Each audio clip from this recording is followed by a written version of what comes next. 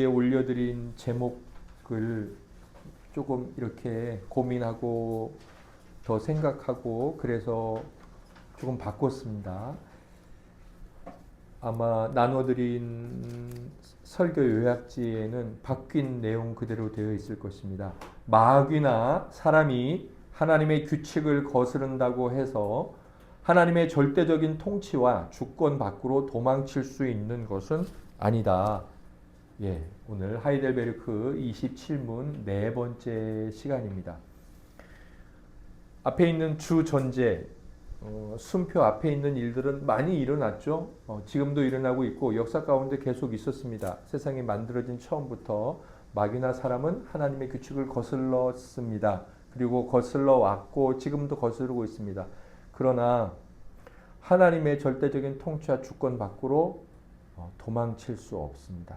이것이 어떤 것인지 우리 계속해서 섭리를 살펴보고 있는데 오늘 하나님께서 저희들 영혼 가운데 주실 은혜를 사모함으로 받고 하나님께 영광 올려드리는 삶이 되기를 원합니다. 27문은 이렇습니다. 제가 질문을 읽고 형제 자매님들께서 답을 읽도록 하시겠습니다. 하나님의 섭리란 무슨 뜻입니까? 섭리란 어디에나 있는 하나님의 전능하신 능력인데 그는 이를 통하여 마치 그의 손으로 붙잡으시듯이 하늘나라와 모든 문명을 진행시키시고 생물과 벌들을 유학하고 풍작과 흉작, 먹을 것과 마실 것, 건강과 질병, 부와 가난, 양식과 음료 등 모든 것이 우연이 아니라 그의 아버지다우신 손으로 임하도록 그의 것들을 다스리시나이다. 아멘. 하나님의 섭리란 무엇인가 했을 때 섭리, 이 섭리와 관련된 주제가 세 가지가 있다 그랬습니다. 섭리가 정말 있느냐? 하나님이 간섭을 하시고 그 하나하나의 사건에 그분의 개입이 없으면 존재할 수 없다는 그 사실, 정말 그것이 있느냐, 그것이 맞느냐를 살펴봤죠. 그리고 저희가 지금 살펴보고 있는 게 밑에 2번이라고 제목이 되어 있는데 그렇다면 섭리가 무엇이냐? 우리가 이제 섭리가 있다고 결론을 내릴 수밖에 없었죠. 섭리가 무엇이냐를 살펴보고 있습니다. 그리고 이제 마지막에 섭리가 그러면 어떤 유익을 주느냐 이렇게 살펴볼 텐데 지금 섭리가 무엇이냐와 관련되어서 세 가지를 살펴봤습니다. 첫 번째 뭐 살펴봤죠? 예지와 예정. 그 다음에 섭리가 무엇이냐? 섭리의 정의. 그리고 세 번째는 섭리는 정말 다 포함하냐? 내가 뭐 머리카락 하나 떨어지는 그런 작은 일을 비롯해서 나라의 통치자가 바뀌는 일, 또 전쟁이 일어나는 일, 정말 그런 일들 모든 것이 다 하나님의 섭리 안에 포함되느냐? 우리는 성경을 통해서 또 일반적인 이론을 통해서 그럴 수밖에 없다라고 결론을 내렸고 오늘은 섭리가 무엇인가와 관련된 이제 네 번째 주제, 마지막 주제라고 할 수 있습니다. 당연히 섭리란 뭐 이제 성경의 결론은 있다고 시작을 해서 섭리가 그렇다면 무엇이냐까지 왔는데 그런 섭리가 있지 않을 것 같다라는 여러 이제 반론들에 대해서 살펴보도록 하겠습니다. 반론은요, 6가지가 있습니다. 섭리가 사실 중요하죠. 그리고 섭리란 우리의 삶과 관련이 되어 있습니다. 내 인생에 왜 이런 일이 생기지? 지금 겪고 있는 이걸 어떻게 해석을 해야 되지? 그게 삶 아닙니까? 그게 또 철학 아닙니까? 네, 인생에 대한 그런 질문이나 또 해답이나 또 자기 이해, 세계가 돌아가는 어떤 원리에 대한 이 모든 것들, 그런 것들이 다 이 섭리와 관련된 것이죠. 우리는 그것을 섭리라는 큰 하나님의 기록된 약속의 근거에서 이제 바라보고 이해하고 믿고 여기고 그렇게 걸어 나가는 거죠. 그래서 그 하나님의 섭리를 믿지 않는 자들이 많은 반론을 하는데 제가 아마 하이델베르크 요리문답을 쭉 해가면서 이렇게 많은 반론이 있는 걸 기억이 잘 안 나는 것 같아요. 무려 6가지 반론이 있는데 어떤 식의 반론이냐면 제가 오늘 설교 요약지 페이지를 좀 줄이려고 각주도 다 빼고 성경 구절도 다 뺐습니다. 제가 읽어드릴게요. 첫 번째는 이제 오늘 이제 두 가지를 하게 될 텐데, 세상의 혼란과 무질서, 이렇게 혼란스럽고 이렇게 무질서한데 그렇지 않습니까? 네, 지금 힘이 세면 죄를 지었어도 네, 큰 소리 칠 수 있는 세상이 되었습니다. 그게 나라든 가정이든 기업이든, 예. 이런 무질서 가운데 어떻게 질서의 하나님이 다스린다고 할 수 있느냐, 이런 반론이 있습니다. 두 번째는, 아니 하나님이 죄의 원인일 것 같다. 예, 그런 죄의 원인이 하나님이라는 것. 그리고 세 번째는 하나님의 의지에 의해서 이루어진다고 하는데, 이건 뭔가 하나님의 의지는 모순이 있는 것 같다. 모순된 의지. 그 다음에 자유와 우발성, 그 다음에 수단의 무용성, 그 다음에 상급과 형벌, 뭐 이런 제목으로 되어 있는데, 제목 자체의 용어는 조금 어렵게 느껴지실 수 있으나 하나씩 저와 읽어가면서 하시면 그렇게 어렵지 않습니다. 우리가 섭리의 유익, 마지막 이 섭리와 관련된 마지막 주제에서 살펴보겠지만, 우리가 이것을 알아갈수록 우리의 마음은 하나님을 향하여서 더 뜨거운 사랑, 그리고 그분을 더욱 믿고 의지해야 되겠다는 열매가 맺히면 성령님께서 우리 안에서 지금 역사하시면서 일으키시는 아주 놀라운 은혜입니다. 그래서 단순히 이걸 머릿속에 기억하고 이렇게 뭐 말하거나 대답하거나 이렇게 알고 있는 것, 그것이 무시돼서는 안 되나, 그 자체로 만족해서는 절대로 안 됩니다. 하나님 앞에 점점 우리 고개가 숙여지고 그분을 더욱 신뢰하게 되고, 인생을 이 섭리라는 원리에 따라가서 살아가는 건 당연할 뿐 아니라 지극히 합리적입니다. 너무나 합리적이에요. 네. 맞거든요. 맞는 길을 따라가겠어. 이거 얼마나 합리적입니까? 예. 참 이 믿음의 길은 합리적이다. 이 혼란한 세상 가운데서 그것을 우리 마음이 이렇게 동의를 하고 하나님 앞에 우리의 삶을 이제 성령께서 이끌어 가시면 우리도 이제 의지적으로 그분을 따라가게 되죠. 하나씩 살펴보겠습니다. 참으로 하나님의 놀라운, 우리가 지금까지 배워온 것들에 대한 하나님의 그 일하심이 확실하다는 것을 고백하실 것입니다. 먼저는요, 이렇게 반론할 수 있겠죠. 아까 말씀드렸지만 세상 너무 혼란스럽다. 세상 너무 무질서하다. 그러면서 이렇게 반론을 합니다. 반론을 한번 생각해 보면서 읽도록 하겠습니다. 시작. 혼란의 상태에 있는 것들은 하나님의 지배를 받는 것이 아니다. 하나님은 혼란을 일으키시는 분이 아니시기 때문이다. 그런데 세상에는 많은 혼란이 있다. 그러므로 하나님의 섭리의 다스림을 받는 것이 하나도 없거나 아니면 최소한 모든 것이다. 그 섭리의 다스림을 받는 것은 아니다. 네, 이렇게 반론을 할 수 있겠죠. 예, 이런 반론이 사실은 하나님을 제대로 믿고자 하는 자들의 마음에도 사실은 있습니다. 하박국 같은 경우 그랬죠. 보면은 맞습니다.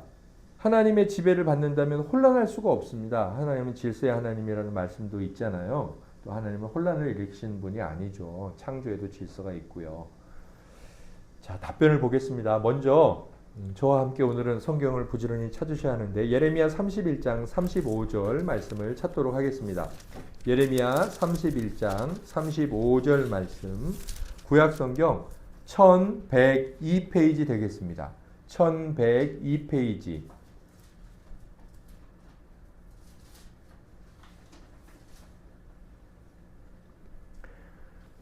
예레미야 31장 35절 말씀을 읽고 같이 아멘하도록 하겠습니다. 시작. 여호와께서 이와 같이 말씀하셨느니라. 그는 해를 낮의 빛으로 주셨고 달과 별들을 밤의 빛으로 정하셨고 바다를 뒤흔들어 그 파도로 소리치게 하나니 그의 이름은 만군의 여호와니라.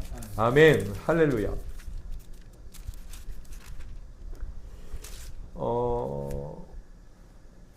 하나님께서 해를 낮의 빛으로 주셨다. 또 달과 별들을 밤의 빛으로 정하셨다. 그리고 바다를 뒤흔들어서 파도가 치게 하셨다라고 하나님께서 만드신 세상에 계속해서 움직이는 원리를 적용시켜 놓으신 거예요.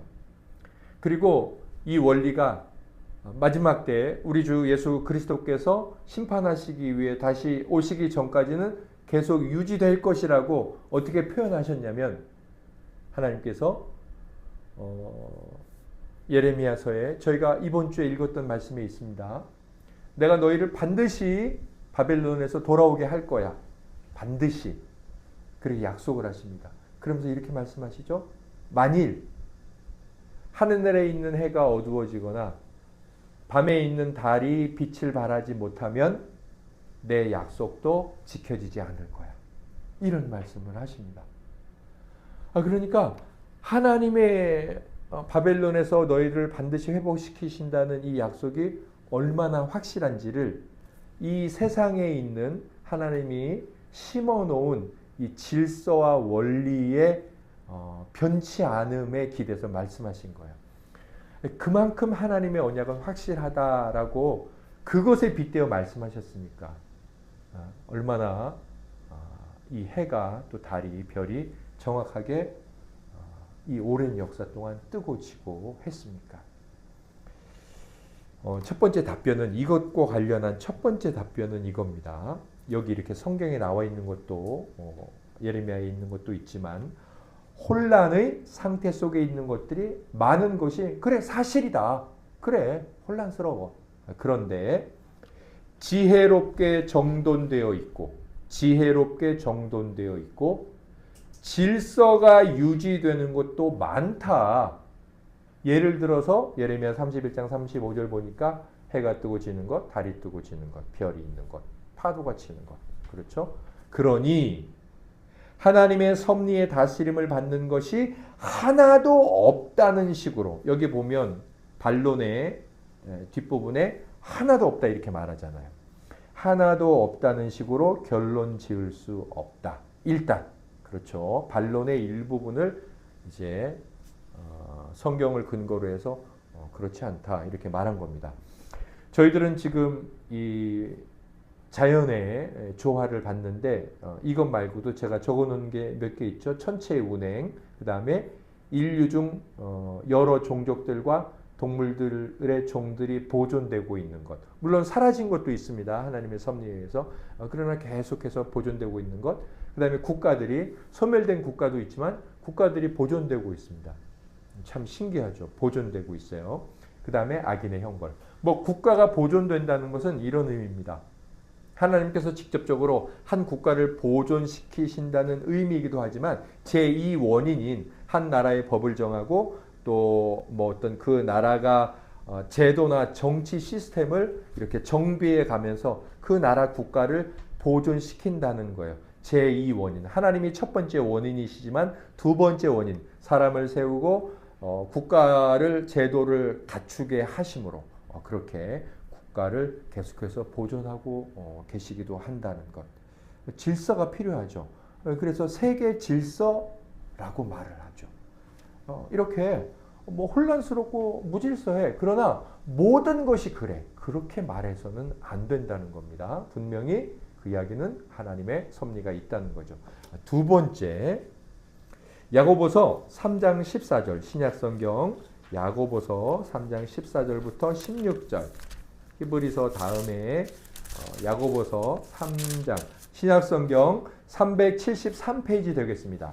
뒷부분에 있죠. 히브리서, 야고보서, 베드로서인데, 자, 히브리서 3장 14절부터 15, 16절까지 저와 함께 읽도록 하겠습니다. 시작. 그러나 너희 마음속에 독한 시기와 다툼이 있으면 자랑하지 말라. 진리를 거슬러 거짓말하지 말라. 이러한 지혜는 위로부터 내려온 것이 아니요 땅 위의 것이요 정욕의 것이요 귀신의 것이니 시기와 다툼이 있는 곳에는 혼란과 모든 악한 일이 있음이라. 아멘. 여기 말씀을 보십시오. 16절 시기가 있고 다툼이 있고 혼란이 있고 악한 일이 있다. 자, 이거 세 글자로 하면 뭘까요? 우리 진규 성도님 대답했어요? 잘했어요. 무질서죠. 자, 그런데 무질서는 15절 위로부터 내려온 것이 아니라고 말합니다. 자, 모든 은사가 위로부터 내려왔다라고 그렇게 말하는데 결국 위로부터 내려왔다는 것은 위로부터 내려오지 않았다는 것은 하나님이 주신 것이 아니라는 거예요. 땅 속에 있는 이 땅 하늘 아래에 있는 무질서함 그런 것들을 만들어내는 뭐 지혜나 뭐 이런 것들 시기 다툼 이건 하나님이 주신 게 아니라는 겁니다. 성경이 이렇게 말하고 있죠. 자, 그러므로 이렇게 무질서와 혼란이 있으니 섭리가 없다는 것에 대해서 이렇게 말할 수 있습니다. 마귀와 사람들의 악의에 의하여 생겨나는 혼란 이것이 분명히 우리 있을 수 있다고 말할 수 있죠. 예, 왜? 야고보서에 말씀하고 있으니까. 이런 혼란은 하나님으로부터 오는 것이 아니다. 자, 그래서 우리는 이렇게 말할 수 있어요. 이 반론의 주 전제가 뭐죠? 반론의 주 전제. 혼란의 상태에 있는 것들은 하나님의 지배를 받는 것이 아니다. 그게 이제 주 전제죠. 결론은 뭐예요? 하나님의 섭리의 다스림을 받는 것이 하나도 없거나 아니면 최소한 모든 것이 다 그 섭리의 다스림을 받는 것은 아니다. 이건데 이 주 전제와 결론은 서로 맞아 들지 않아요. 예. 그러니까 하나님에 의해서 생겨나는 하나님이 원인이 되어서 생겨나는 것이 아닌 이 무질서, 혼란스러움 이런 것들을 가지고 하나님에 의해서 생겨난 것이다. 하나님 탓이다라고 말할 수 없다는 겁니다. 분명 성경은 이런 무질서의 원인이 하나님이 아닌 것이라고 말하고 있다는 거죠. 자, 그다음 이 첫 번째 반론과 관련해서 이번엔 성경 구절을 따로 이제 적지를 않았는데 우리가 잘 아는 사건 제가 세 가지를 말씀드릴게요. 예수 그리스도의 십자가 사건 엄청난 무질서가 있었죠. 그 다음에 요셉이 애굽에 팔려가는 사건 엄청난 무질서죠. 한 가족의 형제들이 자기 동생을 팔아. 이거 얼마나 큰 무질서와 혼란. 그 다음에 아까 야고보 사도가 말한 마음의 독한 시기 다툼. 아버지가 쟤만 사랑해. 독한 시기 다툼 아닙니까? 그 다음에 거짓말이 있었죠. 자, 그리고 또 하나는 아들이 아버지를 반역한 사건, 압살롬의 사건이 있습니다. 자, 그것도 굉장히 무질서죠. 나라에 쿠데타가 일어났으니 더군다나 자식이. 자, 그래서 이렇게 우리가 말할 수 있습니다. 주전제와 관련해서 특히 주전제, 뭐 혼란의 상태에 있는 것들은 하나님의 지배를 받는 것이 아니다. 물론 혼란이 생겨난 원인은 아까 하나님이 아니라 그랬어요. 그러나 혼란의 상태에 있는 것들은 하나님의 지배를 받는 것이 아니다라는 말과 하나님의 원인이다라는 말은 달라요. 그리고 하나님은 혼란을 일으키시는 분이 아니기 때문이다. 자, 이 주 전제와 관련해서 이렇게 우리는 말할 수 있습니다. 혼란 중에 있는 것들이 있을 수 있어요. 그렇죠. 분명히 성경에도 있었으니까. 혼란 중에 있는 것들은 그 혼란에 관한 한 그 혼란 자체에 관한 한 하나님의 다스림을 받는 것은 아니에요. 그렇죠. 아까 뭐라 그랬습니까? 혼란은 위로부터 내려오지 않는다 그랬잖아요. 자, 하나님의 다스림을 받지는 않으나 이 혼란 가운데 어떤 질서가 있다면 그 점에 있어서는 그 혼란 전체를 하나님의 다스림을 받는다라고 말할 수 있다는 거예요. 이것에 대해서 이해가 되십니까? 네. 혼란 자체는 하나님의 다스림을 받는 게 아니다라고 말할 수 있어요. 혼란을 일으키는 건 하나님이 아니니까. 그러나 그 혼란 중에도 혼란을 포함하는 혼란보다 반드시 더 큰 질서가 있어서 그 질서 안에서 혼란조차도 질서의 내용에 들어간다면 하나님께서 그 혼란도 다스린다라고 말할 수 있다는 겁니다. 이 부분을 가지고 이제 제목을 이렇게 잡아 본 겁니다. 예수 그리스도의 십자가 사건에도 엄청난 혼란이 있었지만 그 혼란이 하나님의 큰 질서 안에 포함이 되어 있었죠. 요셉이 애굽에 팔려간 사건도 혼란스러웠지만 하나님의 크나큰 질서 안에 있었던 혼란이었던 거죠. 압살롬의 반역도 마찬가지죠. 그러므로 큰 질서 안에 있는 이 혼란, 이것은 하나님의 지배를 받는다라고 말할 수 있다는 겁니다. 네, 그래서 반론의 첫 번째, 혼란의 상태에 있는 것들은 하나님의 지배를 받는 것이 아니다, 이렇게 말할 수는 없다는 거예요. 물론 하나님은 혼란을 일으키시는 분이 아니다, 이 말은 맞지만 사실 뭐 지금 대부분의 저 벽시계 같은 경우는 작은 것을 건전지로 돌리더라고요. 그 괴종시계나 저 어렸을 적에 이렇게 시계 예배당에 그 나비처럼 생긴 태엽 감는 걸로 늘 돌렸던 기억이 나요. 어렸을 때 아버지께서 돌려봐라 진용아 저한테 그렇게 말씀하셨던 기억이 나는데, 돌리면 이 시계 안에 이렇게 시계 뒤를 보시면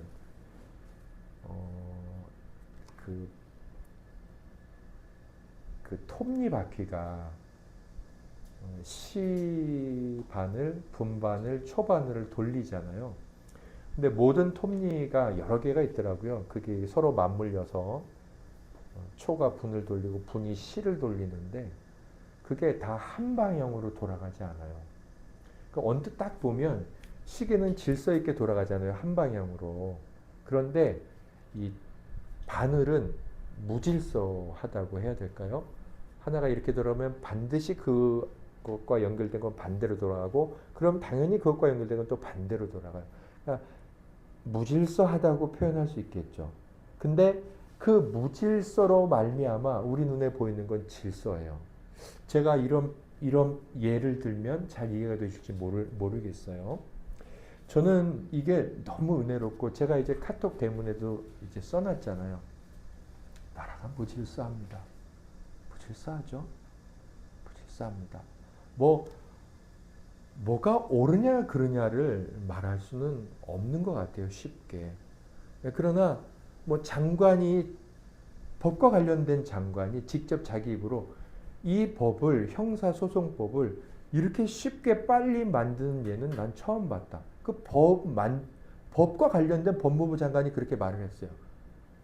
아무튼 그가 하고 싶은 얘기는 뭐겠습니까? 무질서하다는 거죠. 뭐 나라도 그렇고 때로 뭐 직장도 이렇게 보니까 무질서해요.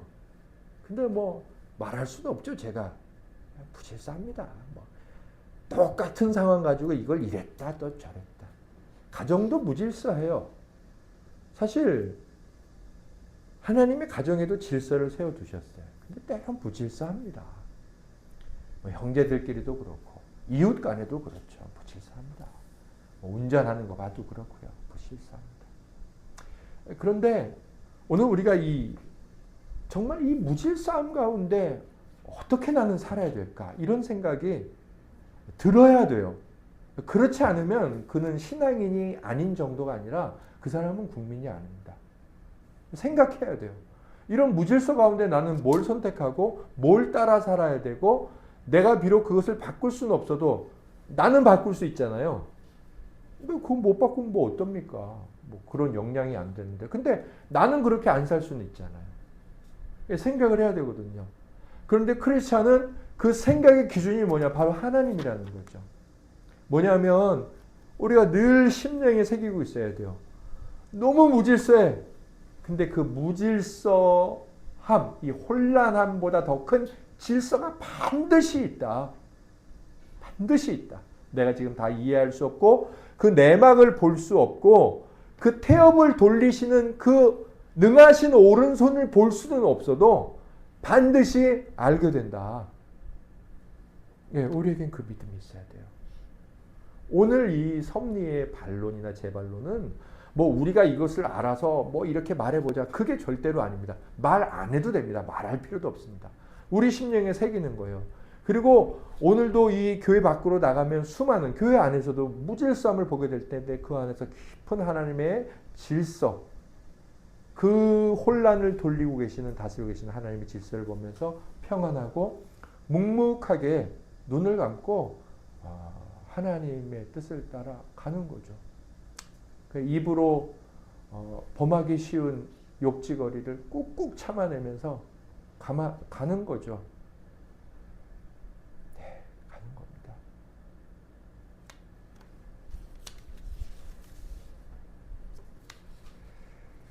네.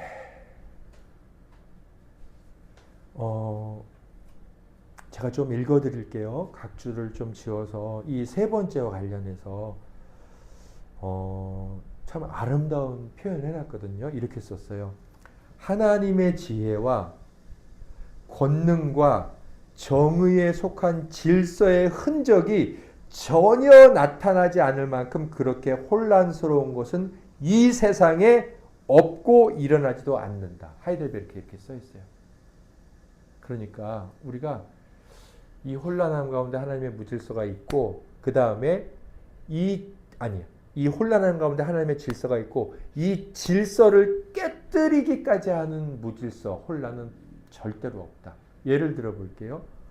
막 팬데믹, 역사상의 팬데믹, 이게 가장 큰 무질서일 수 있는데, 혼란스러움. 인류를 말살시킨 팬데믹이 있느냐? 없어요.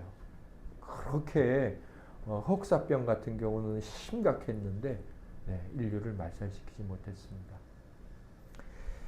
그러면서 이 뒤에 이렇게 써 있어요. 아무리 큰 혼란 중에 있다 할지라도 언제나 그러한 질서, 하나님의 질서죠. 보이지 않는 질서가 반드시 분명하게 드러나기 때문이다. 예, 하나님은 반드시 약을 개발하게 하시거나 아무튼 놀라운 역사, 그 큰 일을 행하십니다. 자, 두 번째 반론이 있습니다. 섭리와 관련해서 재반론일 수 있어요. 첫 번째 반론의 답에 대한 재반론인데, 하나님의 뜻을 거스르는 것은 하나님께 다스림을 받는 것이 아니다. 뭔가 맞는 것 같죠? 예. 마귀들과 사람들의 뜻은 하나님의 뜻을 거스르는 것이다. 이것도 맞는 것 같죠? 그러니 그것은 하나님의 다스림을 받지 않는다. 결국 무슨 말을 하고 싶은 걸까요? 하나님은 모든 걸 다 다스리지 못해. 지 맘대로 하는 것도 있어. 결국 뭘 부인하는 거예요? 하나님의 섭리가 미쳐지지 않는 영역에 대한 섭리의 부정을 말하고 싶은 거겠죠? 한번 신명기 29장 29절을 보겠습니다. 이 두 번째 반론이 너무 중요합니다.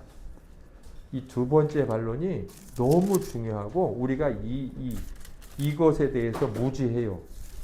자, 신명기 29장 29절. 이것도 신명기 2929. 굉장히 쉽죠? 신명기 2929. 신 2929. 죄송합니다. 신명기 29장 29절이 아니라 맞아요. 제가 다른데 2929 맞아요. 같이 읽겠습니다. 시작. 감춰진 일은 우리 하나님 여호와께 속하였거니와 나타난 일은 영원히 우리와 우리 자손에게 속하였나니 이는 우리에게 이 율법의 모든 말씀을 행하게 하심이니라. 아멘. 아멘. 하나님께서 이스라엘 백성들에게 광야 지나갈 때 만나도 주시고 메추라기도 주셨죠. 자, 그럼 어떻게 해야 될까요? 6일까지는 매일 아침 나와서 만나 모아다가 해먹고 하루치만. 그 다음에 어떻게 해요? 6일날 마지막 날은 이틀치 모아다 해먹고. 그게 이제 하나님이 그들에게 또는 우리에게 알려주신 거죠. 그건 이제 우리에게 속하였다. 그건 우리가 할 얘기예요. 자, 그런데 뭐라고 되어 있어요? 감춰진 일. 감춰진 일은 누구 거예요? 하나님께 속하였다는 거예요. 하나님이 그렇게 만나를 먹이면서 오늘은 어느 길로 갈지, 또 언제 어떻게 갈지, 그 일을 어떻게 할지 몰라요. 내일부터. 그럼 그건 어떻게 해야 돼요? 하나님께 속했으니까 하나님이 알아서 하시도록. 결국 우리는 하나님께서 말씀하신 것을 잘 지키기만 하면 돼요. 모르는 일은 하나님께 믿고 맡기는 거예요. 그것과 관련된 말씀입니다. 그러면 지금 여기 반론에서 아니 하나님의 뜻을 거스르는 것들이 있지 않냐. 마귀도 거스르고 아담과 하와도 거스르지 않았냐? 그리고 지금도 있을 거 아니냐? 그러면 하나님의 섭리가 있다고 말할 수 있냐? 하나님의 다스림. 자, 답변. 지금 신명기 29장 29절 말씀을 본 것을 통해서 우리는 이렇게 말할 수 있습니다. 은밀한 하나님의 뜻과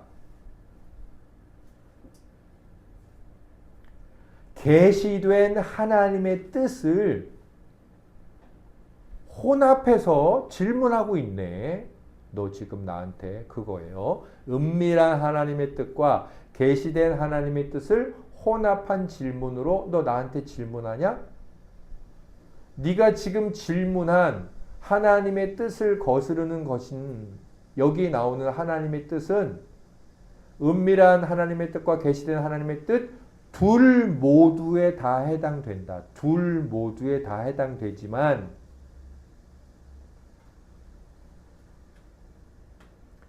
소전제는 계시된 하나님의 뜻만 해당된다.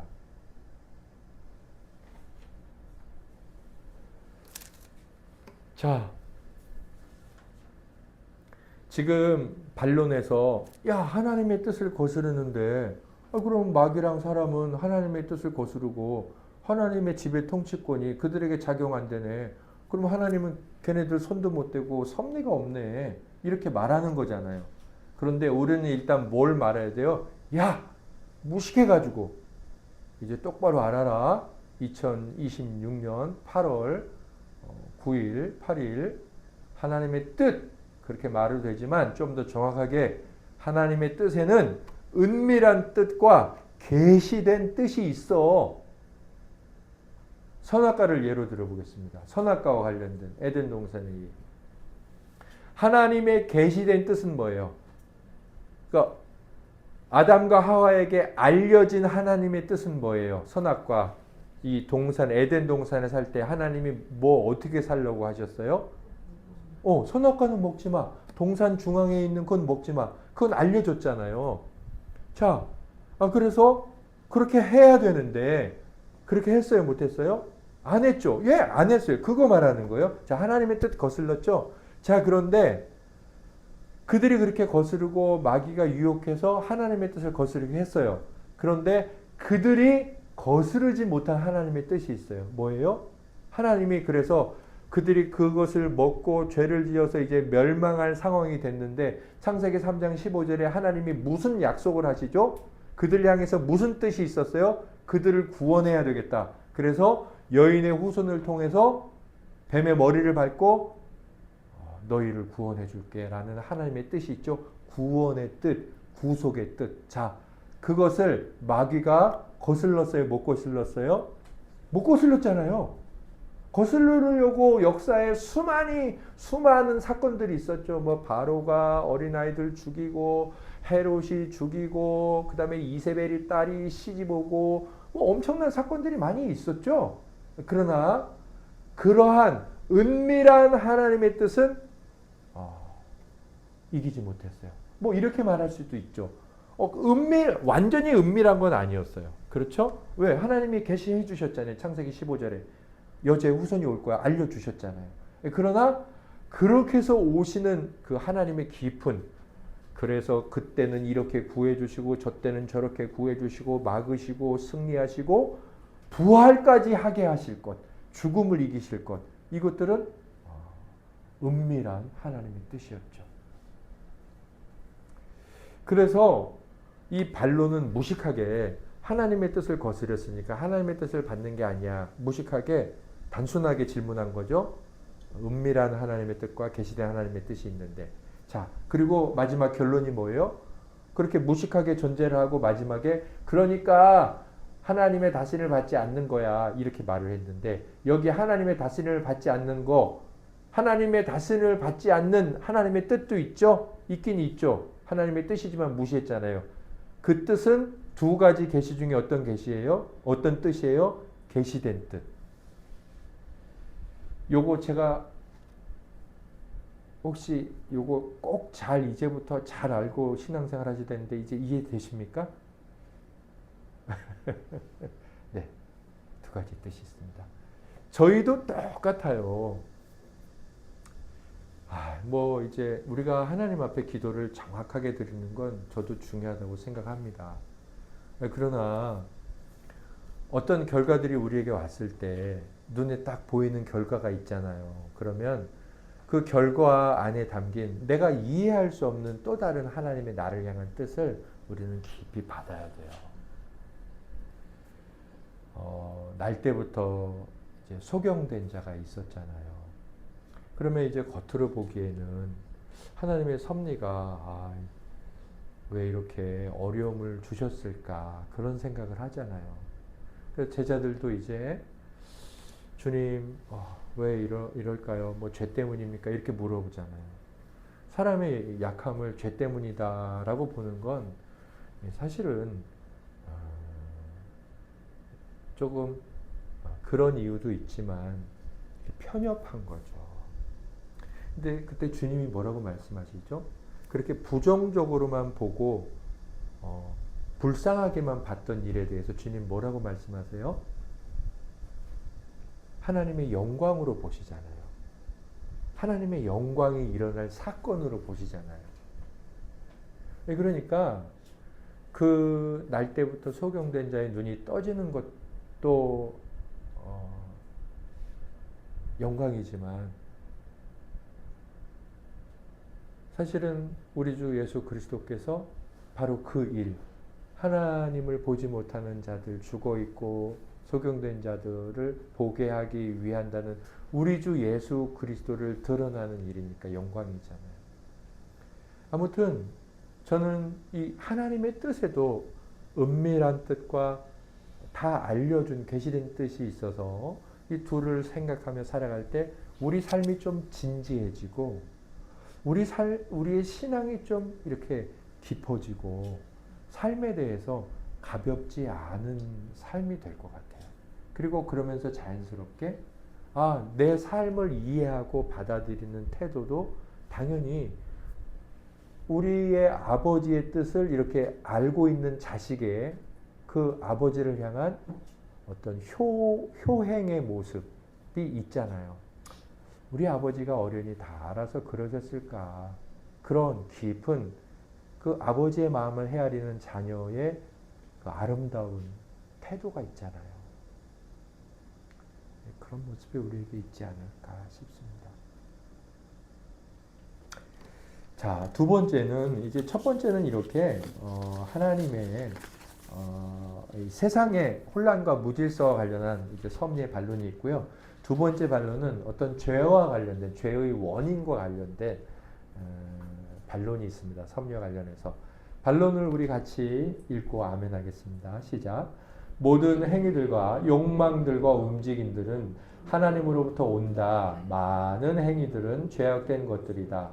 그러므로 죄는 하나님으로부터 오며 따라서 결국 보편적인 섭리의 교리는 하나님을 죄의 주인으로 만들어 버린다. 아멘. 뭔가 이제 막 뒤섞여 있죠. 뭐 하나님이 주인이고 하나님이 제1 원인이야. 모든 것의 원인이야. 그러니까 죄도 하나님의 원인이고 결국 하나님이 섭리하시니까 다 죄의 원인이네. 하나님 탓.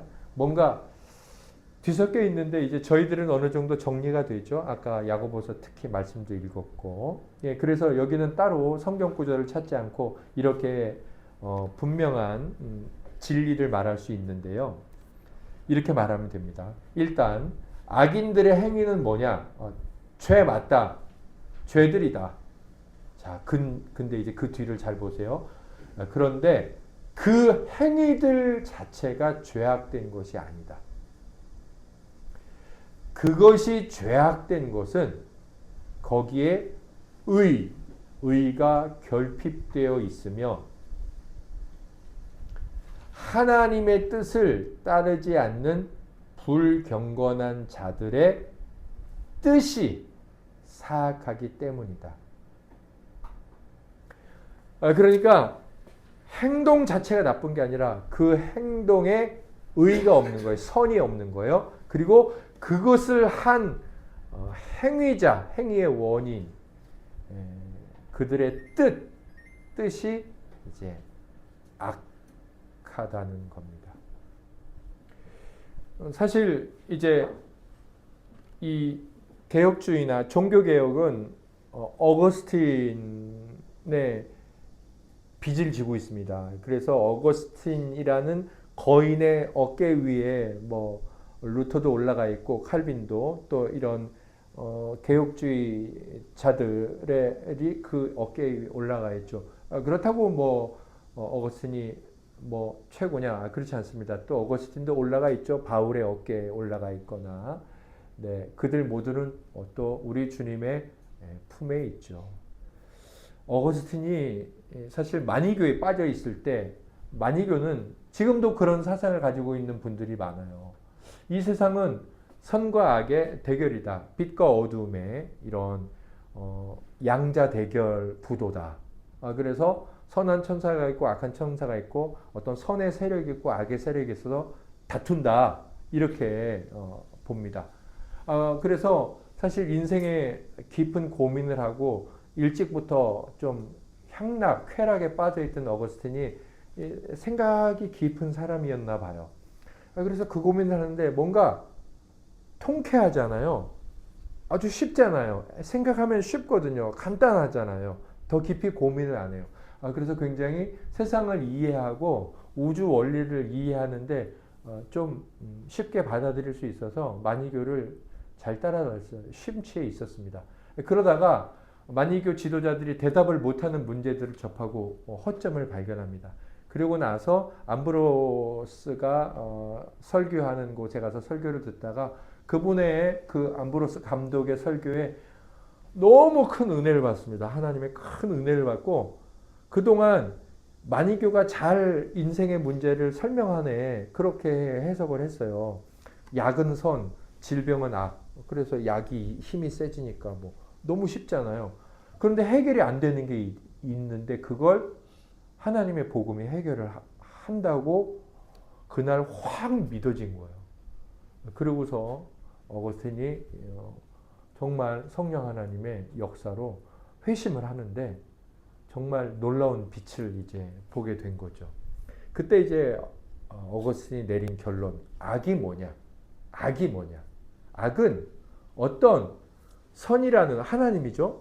하나님의 반대편에 있는 또 다른 존재 아니면 어떤 또 다른 영역이 아니다. 악이란 이 선의 모자름, 선의 부족이다. 그렇게 그 고백록에서 표현을 합니다. 그런데 제가 이제 하이델베르크 요리문답도 보고 또 칼빈의 기독교 강요도 보면 똑같은 개념을 차용했습니다. 이 악에 대한 개념을. 그래서 여기도 똑같이 이렇게 차용하고 있어요. 그대로 받아들인 겁니다. 네. 그래서 여기 악인들의 행위들은 죄지만 그 행위들 자체가 죄라기보다 그 행위에 있지 않은 선한 것, 모자른 것, 그리고 그것을 행한 존재들의 뜻, 그것이 사악하다. 그래서 결국 죄란 뭐냐? 의의 결핍과 사악함이 피조물의 뜻과 행위에 결부되는 것, 함께 이제 결합되는 것. 그러므로 하나님께서는 부패한 의지로 하여금 이를 이루도록 계획하시는 것일 뿐이다. 하나님께서 그것을 만들어내시는 것이 아니라 부패한 의지를 가지고 있는 존재, 사람들에게 그것을 이루도록. 물론 하나님은 원인 제공이 아니라 이제 허용하시는 겁니다. 뒤에 나옵니다. 계획하시는 것일 뿐입니다. 그러므로 하나님은 악을 만들어내신 분이 아닙니다. 자, 재반론. 그러나 그 본질 자체가 죄악된 행위들도 많다. 그러므로 그 행위들은 그 자체로서도 죄악된 것이다. 라고 되어 있는데요. 답은 이렇습니다. 하나님께서 금하시는 행위들과 피조물들이 하나님의 뜻에 반하여 저지르는 행위들에 대해서는 이 반론을 인정할 수 있습니다. 맞아. 이 반론 맞아. 그런 점에서는 그것들이 죄악됩니다. 그 행위 자체도 죄악되다고 말할 수 있습니다. 그러나 하나님께서 그것들을 뜻하신다는 점에서나 그것들이 행해지도록 하신다는 점에서는 죄악된 것이 아니다. 하나님의 뜻이 그것들을 촉발시킨다거나 생기게 한다는 점에서는 그것들이 언제나 지극히 의로운 하나님의 판단이기 때문이다.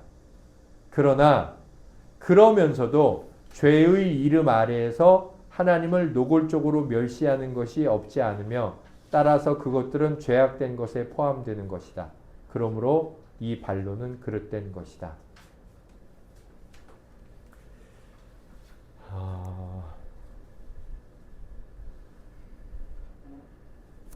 요셉을 판 형들의 행동은 유괴, 그 다음에 인신매매. 자, 그 행동 자체는 죄악된 겁니까? 죄악된 것이 아닙니까?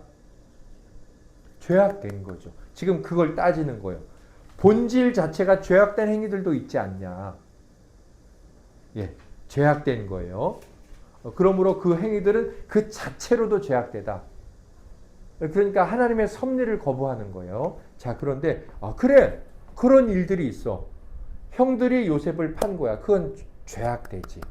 자, 그런데 여기 우리 답변 중에 보면 뭐라고? 두 번째 줄 보세요. 끝에.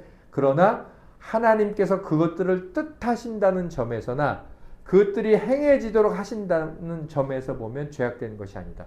하나님께서 그것들을 다스리셔서 그것들을 일어나도록 하셨죠. 왜? 창세기 50장에 뭐라고 말하죠? 요셉이 나를 이곳에서 보낸 이는 형들이 아니요 하나님이다 라고 말하니까, 비록 형들이 유괴해서 인신매매한 행동은 그 자체로 보면 죄악되나 그것들이 이루어지도록 허용하신 하나님의 허용의 관점에서 보면 그것들 자체도 죄악된 것은 아니다. 그러나 왜냐하면 지극히 의로운 하나님의 판단이기 때문에. 그러나 죄의 이름 아래에서 하나님을 노골적으로 멸시하면서 행한 거죠. 왜? 형제들은 서로 사랑해야 되잖아. 그래서 형들의 행위 자체는 하나님을 무시한 거잖아요. 노골적으로. 그러므로 그 안에 죄악된 것이 포함되어 있고 죄악된 일이다. 그래서 전체적으로 이 반론은 잘못된 것이다. 이렇게 말하는 거예요. 하나님의 의로운 목적으로 인해서 행위 자체도 죄악된 것은 일어날 수 있다. 그러므로 하나님의 섭리가 죄악된 그 행위 자체들에는 없어라고 말해서는 안 된다. 그러나 그것들이 옳다고 말하는 것은 아니다. 왜냐하면 의도적으로 하나님을 무시하고 멸시하는 그 악한 뜻이 있기 때문이다. 어쨌든 반론 전체는 잘못된 것이다. 하나님의 섭리는 있다. 행위 자체로 악한 일에도 이렇게 말하는 겁니다. 또 이런 반론이 있습니다. 그 자체로서 죄악된 행위를 뜻하는 자는 또한 죄도 뜻하는 것이다. 이제 아까 형들 생각하면 되죠. 하나님께서는 요셉을 애굽에 판 일이나 압살롬의 반역 사건이나 거짓 선지자들의 거짓말들이나 아수르 사람들의 잔인함이나 그리스도의 십자가의 죽으심 등 그 자체로서 죄악된 행위들을 뜻하신다. 그러므로 그는 죄를 뜻하시는 것이다. 그러면 하나님이 죄를 뜻하셨으니까 하나님은 악하신 분이네.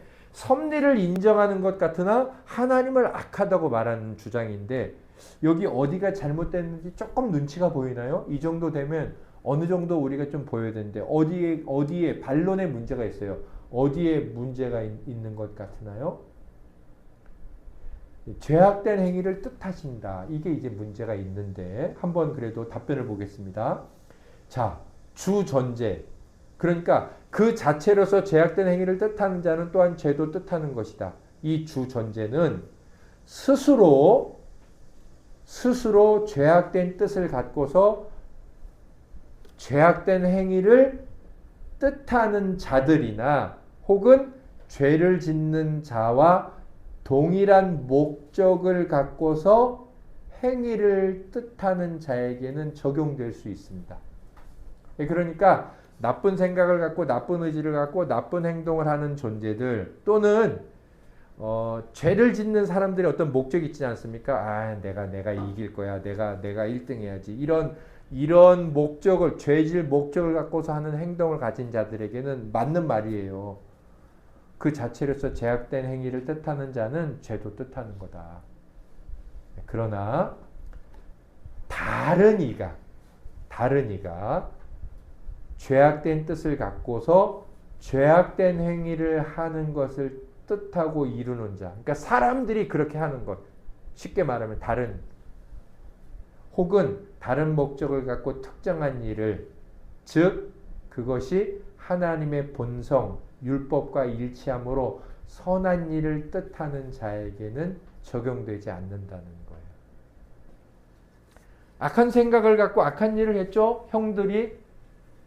그러나 그들이 그런 뜻을 갖고 그런 행동을 하도록 본성적으로는 선하시고 목적이나 율법을 선하게 만든 자가 그런 일이 이루어지는 것을 뜻하셨다면, 당신의 아름다운 일이 이루어지도록 그런 것을 뜻하는 자들이 행동하도록 뜻하신 분이 완전히 선한 분이라면, 이건 첫 번째 반론이 맞지 않는다는 거예요. 보세요. 그 자체로서 죄악된 행위를 뜻하는 자는 죄도 뜻하는 것이다 그랬는데, 하나님은 그 자체로서 죄악된 행위를 뜻한 게 아니잖아요. 그건 형들이 그렇게 한 거고, 형들이 그런 행위를 하도록 허락하신 하나님은 그 죄악된 행위 자체를 뜻하시지 않았죠. 저놈들로 하여금 요셉을 유괴시켜서 총리시킬 거니까 팔게 해야지. 일단 방법은 요셉을 유괴시키는 거야. 그 방법을 뜻하지 않으셨다는 거예요. 그 죄악된 행위 자체를 하나님은.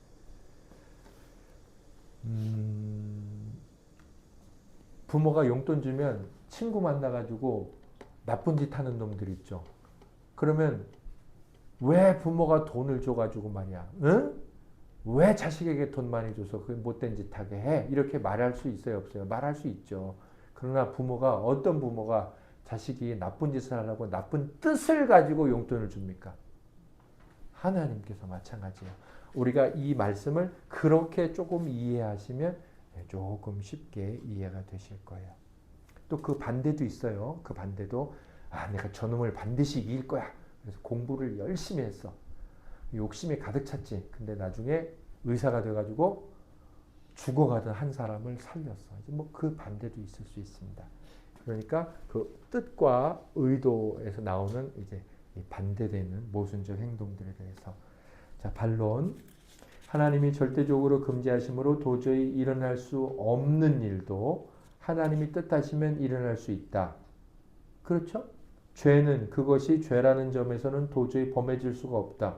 그렇죠? 하나님께서 그것을 뜻하지 않으시면 또한 그는 전능하시기 때문이다. 일어나지 않을 때. 그러므로 하나님께서 뜻하지 않으시면 죄가 범해질 수 없다. 그러니까 하나님이 뜻했으니까 죄가 벌어졌네. 하나님이 뜻했으면 죄는 하나님 탓이야. 이렇게 말하는 건데, 자, 결론을 인정할 수 없다. 하나님이 뜻하지 않으시면 죄가 범해질 수 없다. 이거 인정할 수 없다죠. 왜냐하면 주전제의 결함이 있기 때문이다. 첫 번째 문장이에요. 주전제는. 그러니까 주전제는 여기 어려운 말인데 써야 될 내용이 다 있지 않아요. 뭐가 빠졌냐면 이게 빠져 있어요. 하나님이 허용하실 때에는 이 문구가 빠져 있습니다. 그러니까 하나님이 절대적으로 금지하시는 일은 일어날 수 없죠. 맞아요. 그런데 허용할 수 있는 일은 일어나잖아요. 하나님께서 죄를 뜻하시는 것이 아니라 그것을 기꺼이 허용하실 때도 죄가 범해질 수 있습니다. 네. 반론.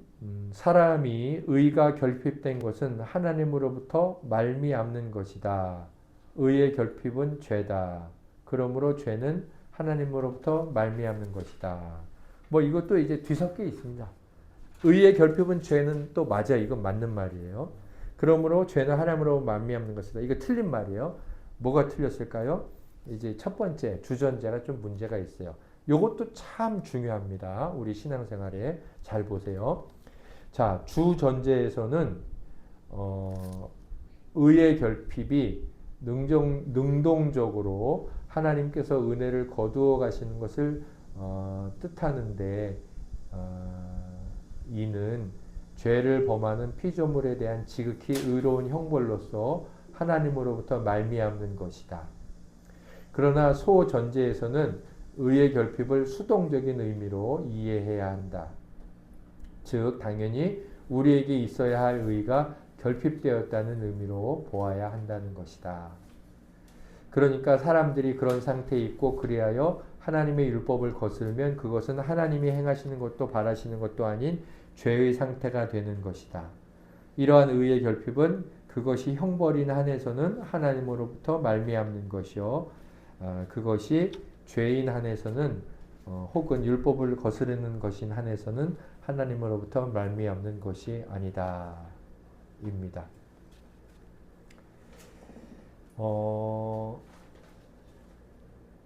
악에는 두 가지 악이 있다고 한 2달 전에 배웠나요? 악, 어떤 악과 어떤 악이 있죠? 죄책의 악과 형벌의 악. 죄책의 악과 형벌의 악이 있습니다. 그러니까 이제 그때 말하는 악은 이제 죄랑은 좀 다르게 생각하세요. 그러니까 나쁜 것. 우리가 생각하기에 나쁜 것. 일단 죄가 나쁘죠. 우리가 일부러든 뭐 지키지 않아서든 뭐 깜빡해서든 죄. 그게 이제 나쁜 거잖아요. 죄의 나쁜 거다. 또 하나는 형벌. 죄를 지어서 하나님으로부터 받는, 우리가 죄 줬으니까 받아야 되는 심판이 있잖아요. 가난, 기근, 질병, 뭐 우리도 겪잖아요. 많이 있죠. 이 두 가지 악이 있다. 이 두 가지 악을 생각해서 요걸 이해하시면 되는데, 먼저 사람이 의가 결핍된 것은 하나님으로부터 말미암는 것이다. 악으로 생각해 보세요. 자, 죄책의 악과 형벌의 악 중에 하나님으로부터 오는 악은 어떤 걸까요? 두 가지 중에 있어요. 죄를 지어서 악해지는 것. 아니면 이제 그 죄 때문에 형벌을 받아서 악해지는 것. 우리 삶이 나빠지는 것. 자, 이 둘 중에 어떤 걸까요? 죄책의 악이에요? 형벌의 악이에요? 형벌의 악이죠. 형벌의 악. 자, 그거예요. 사람의 의가 결핍된 건 악이잖아요. 모자른 것. 그건 하나님으로부터 말미암는 것. 그래서 이 주전제는 말하자면 형벌의 악을 설명하는 건데, 결론은 뭐예요? 죄는 하나님으로부터 말미암는 것이다. 이 결론은 뭘 말하고 있는 걸까요? 죄책의 악과 형벌의 악 중에 형벌의 악을 말하는데, 사실 여기서 말하는 죄는 죄책의 악을 말하는 거죠. 죄는 사람이 짓는 거잖아요. 죄책의 악은 사람이 원인이잖아요. 형벌의 악은 하나님께서 말하자면 원인이시고. 그러니까 여기 반론은 뭐가 잘못된 거예요? 전제는 형벌의 악을 말하면서 결론은 죄책의 악을 갖다가 끄집어다가 말하고 있는 거예요. 두 가지를 짬뽕시켜 놓은 거죠. 네. 그래서 반론은 뒤죽박죽 잘못된 결론이라는 겁니다. 이 죄책의 악과 형벌의 악을 생각하시면서 답변을 읽어보시면 천천히 읽어보시면 이해가 되십니다. 자, 2개 남았습니다. 하나님은 신적인 섭리에 의해서 행해지는 일들의 주인이시다. 모든 악들이 신적인 섭리의 결과로 나타난다. 그러므로 하나님이 그 악들의 주인이시다.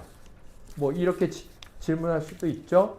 자, 여기 또 똑같은 거예요. 우선 악에는 형벌의 악, 죄책의 악, 그렇게 두 가지가 있다.